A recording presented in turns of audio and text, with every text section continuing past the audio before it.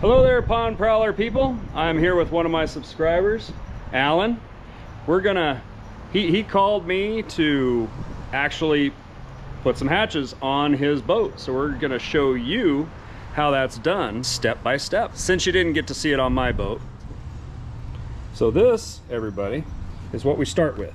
We gotta take this cleat off right here, and we're gonna drill a big hole to get this hatch in there, so we can have access in here to put a transducer or even navigation lights up front.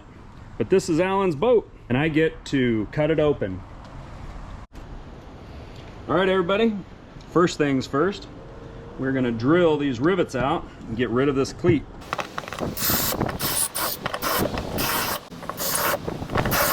All right, so what we do, we drilled the rivets out, drilled the heads of the rivets out. You just got to pop the head off the rivet and that comes right off. What you're left with is the sheath of the rivet, and then you just poke that through with something hard, kind of get rid of it. It'll drop down in there, and then when you have the hatch on, you can reach down in there and clean it all up. So what I use to cut the hole is an adjustable drywall saw.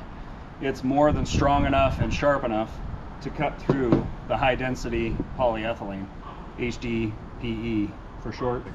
Take your hatch, put it wherever you want, right? Mark it, and then find the center, and then that's where that drill goes, and then you just carefully drill in. So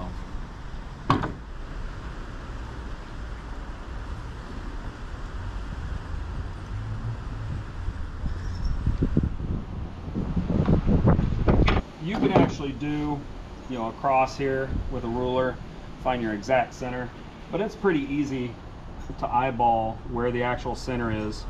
You put that drill right there, and if these blades are lined up with those lines there, and then you turn it just a little bit and it's lined up with them on this side, then you're right on center. As long as they line up this way and line up this way, you're good. And I think I just moved it.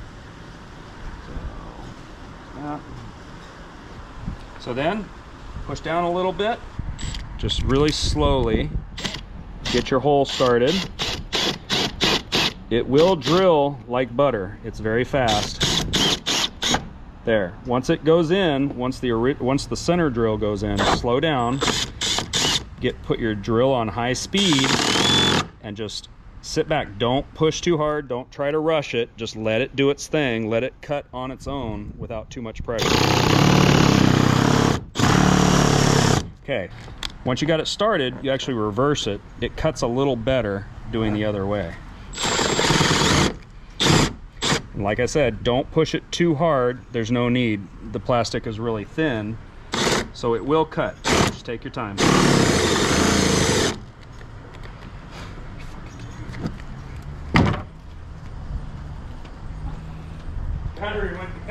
Oh.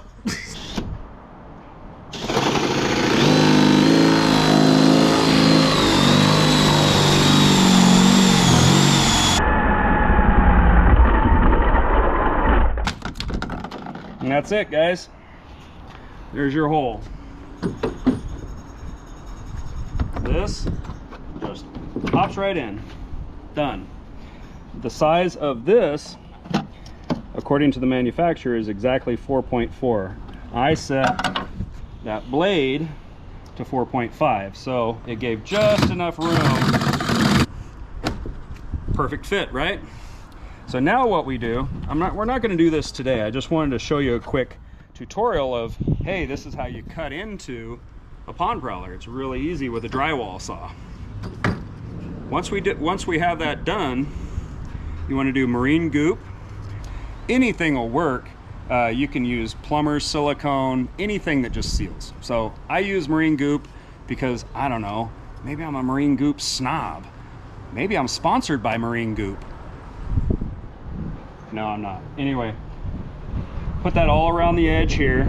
If the hatch that you got has a little gasket, then you know you don't have to do it. you don't take a whole lot of water over this unless you're in really rough water like I do, where you're in rough seas. And even then, even a rubber gasket would work perfectly if it came with it. This one does not. So we would put a bead of silicone around there, put it in there, press it down, and I mean, just to make it look good, I'd want the holes to be, you know, aligned nicely instead of all wonky like that.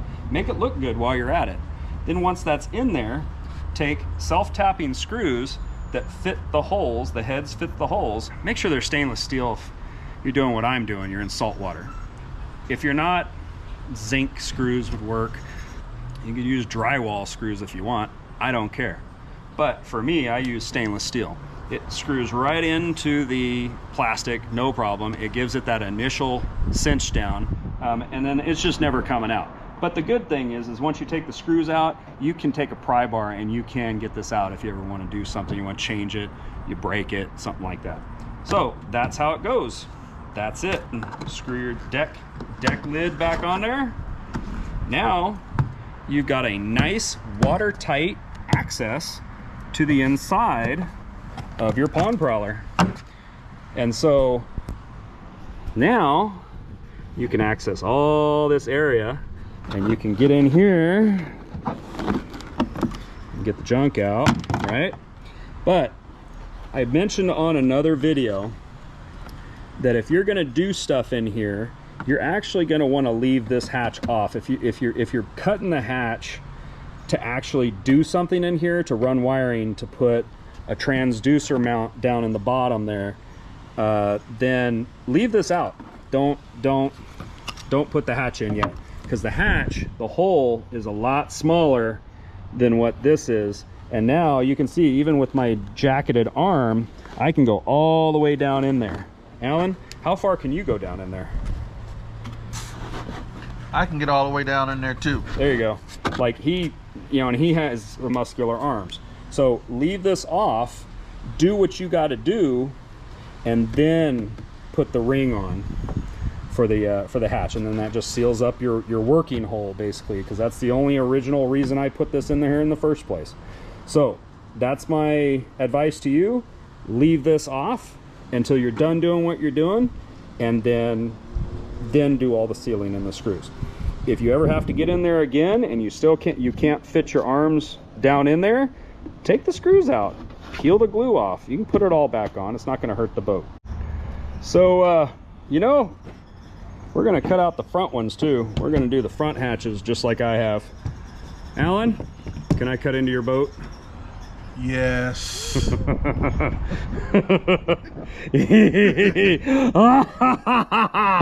Okay, so what we're doing here, we're just basically centering it. We're not getting super exact with this, but I'm just gonna eyeball it right in the center. Like with me, I have my washout hose down in here and stuff like that. Just like I told you in other videos, I'd like to put a hatch here or even here.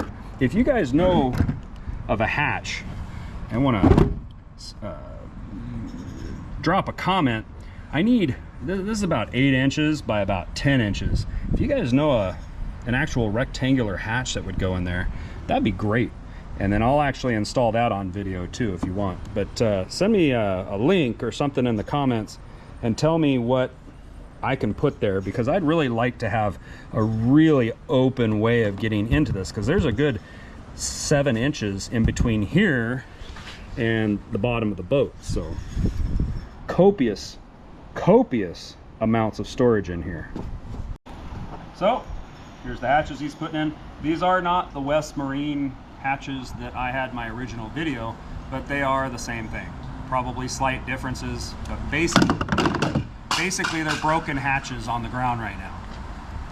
So all we're gonna do here, I'm gonna go ahead and eyeball this. I got permission from Alan. We're good with just eyeballing this? We're good. All right. I'm going to line this up, eyeball it center, you know, side to side here, and drill it just the same way that I did on the back ones. You ready? Ready. So, same thing. Drill just enough to get the pilot hole going. Once it goes through, reverse the drill. If you guys have a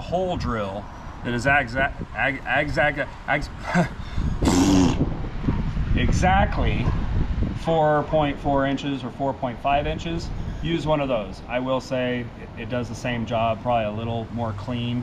One of those whole hogs or whatever they call it. This is just what I've used forever, and it works great because it's adjustable. I can make any hole size I want.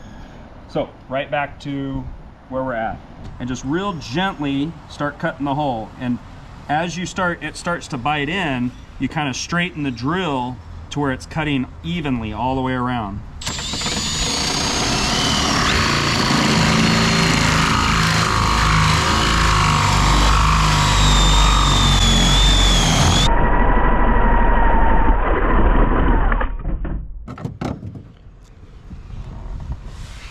Perfect.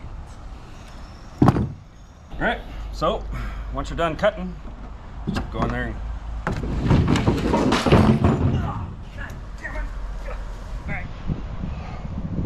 So you go in here, you grab the, shut up, Alan.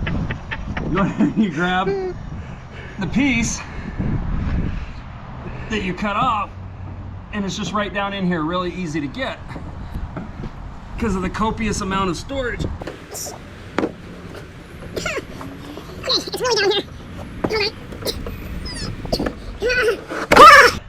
Okay, so that's what you just cut off. You don't need that.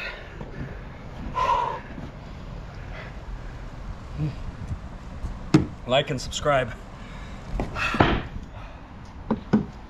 Shut up! All right, now you just pop the ring in there after you put some glue on it. Screws, put the top. Then this one here, same thing. If you cut the hole right, Goes in a lot easier than that. so I'm gonna have to actually put some elbow grease on this one, and I don't know why, but it's gonna go in, Alan. It's gonna go in. God. That one was a little tight. Just glue it and screw it, and you're done. That's the finished product. What do you think, Alan? I think it turned out awesome. Yeah? I'd have been scared to cut those holes by myself, but watching you cut them, I was still petrified, but at least I wasn't the one putting holes in the boat. I did it. It felt so good. Yeah, he got a little too into it.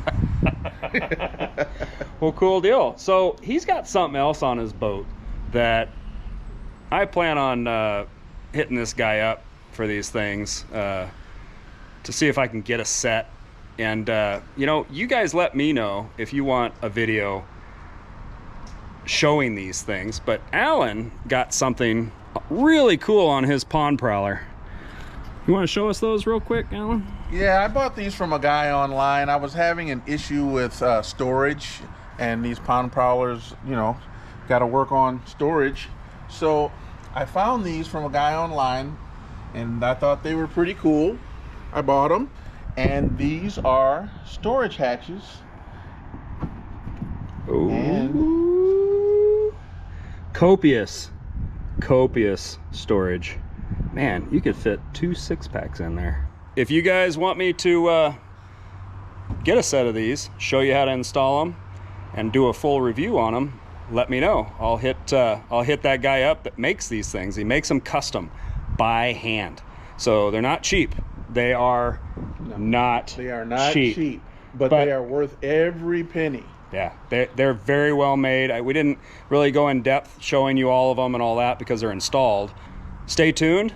Hopefully I can do a review of those. I'll hit him up, see if I can get a set, and we'll go from there. So thanks for watching, and we'll catch you on the next video. Here's the magnetic hatches going on. Blink.